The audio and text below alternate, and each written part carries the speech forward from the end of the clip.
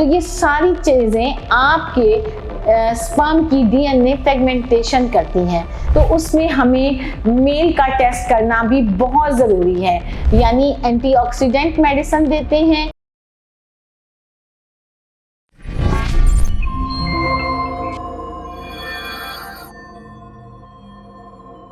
अस्सलाम वालेकुम, मैं डॉक्टर सुंबल अफजल आज आपके साथ बहुत ही इम्पॉर्टेंट चीज़ डिस्कस करने जा रही हूँ उन फैमिलीज़ के लिए जो बहुत ज़्यादा डिप्रेस हैं, जो इस चीज़ में बहुत ज़्यादा परेशान हैं कि उनके रिपीटेड मिसकैरेजेस हो रहे हैं, हमल ज़ाया हो रहा है और उसकी वजह से उनकी जिम्मेदारी सिर्फ फीमेल पे रखी जाती है कि माँ का कसूर है कि उसकी वजह से उसकी सेहत अच्छी नहीं है या बच्चेदानी में वीकनेस है या उसकी एंडोमेट्रियल की लाइनिंग ठीक नहीं है या हार्मोन्स खराब है, क्या वजह है, हर चीज़ का कसूरवार ठहराया जाता है फीमेल को कि रिकरेंट मिसकैरेजेस की वजह सिर्फ फीमेल है।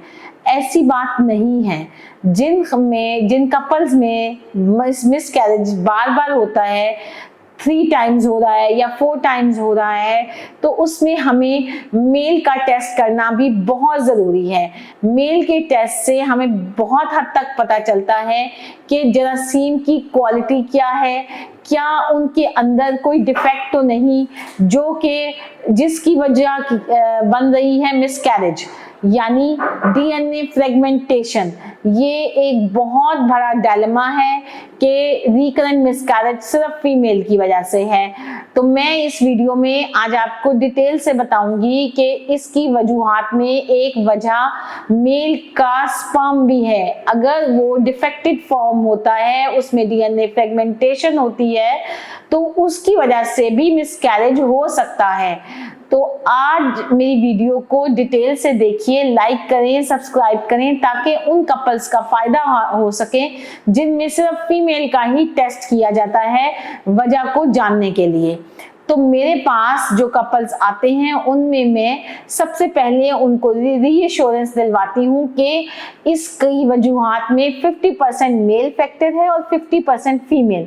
अगर हमने फीमेल को वर्कअप सारा मुकम्मल कर लिया है, यानी देख लिया है कि उसको कोई पीसीओ तो नहीं है, अंडरलाइन कोई मेडिकल डिसऑर्डर तो नहीं है जैसे डायबिटीज, ब्लड प्रेशर या यूट्रस के अंदर कोई प्रॉब्लम तो नहीं है जैसे फाइब्राइड या पॉलिप और या एंडोमेट्रोसिस। अगर फीमेल में कोई प्रॉब्लम नहीं है तो 50% जिम्मेदारी मेल की भी है। उसमें हम एक टेस्ट करते हैं जिसको कहते हैं डीएनए फ्रेगमेंटेशन टेस्ट, यानी स्पर्म की जो 3 हिस्से हैं, head, body and tail. Head के अंदर जो डीएनए है वो बहुत कॉम्प्लेक्स फॉर्म में होता है, उसकी वजह से बाज़ औक़ात आपको डीएनए की फ्रेगमेंटेशन हो जाती है। उसकी कुछ वजूहात हैं, यानी मेल की एज, अगर आपकी एज 50 से ज़्यादा है या अगर आप किसी मर्ज का शिकार हैं जैसे डायबिटीज, ब्लड प्रेशर, या आप बहुत ज़्यादा स्ट्रेसफुल लाइफ गुजार रहे हैं, यानी आप रिपीटेड बहुत ज़्यादा अमाउंट में स्मोकिंग करते हैं, पर डे आप 10 से 12 सिगरेट यूज़ करते हैं, या आपकी एनवायरनमेंट हेल्दी नहीं है, यानी आप जिस एनवायरनमेंट में काम करते हैं वो बहुत ज़्यादा हीटअप है, बहुत ज़्यादा गर्म एनवायरनमेंट है, या बचपन में आपको कोई इन्फेक्शन ऐसी हो गई जिसने आपके हेल्थ पे इफ़ेक्ट किया, तो ये सारी चीज़ें आपके स्पर्म की डीएनए फ्रेगमेंटेशन करती हैं, जिसकी वजह से अगर आपकी फीमेल कंसीव करती हैं तो वो प्रेगनेंसी मिसकैरेज का शिकार हो सकती है। तो आप भी दोनों कपल्स को ज़रूरी मुकम्मल तरीके से एवेलुएट करवाएं और मेल और फीमेल दोनों का टेस्ट करवाएं ताकि हमें वजह पता चल सके, क्योंकि अगर मेल फैक्टर है तो उसके लिए भी हम मेडिसिन देते हैं, यानी एंटीऑक्सीडेंट मेडिसिन देते हैं, आपकी हैबिट्स को चेंज करवाते हैं कि आप हेल्दी लाइफस्टाइल ऑप्ट करें, स्मोकिंग को अवॉइड करें, और अपनी अगर डायबिटीज़ है तो शुगर को कंट्रोल करें, और अपनी एनवायरनमेंट को हेल्दी करें।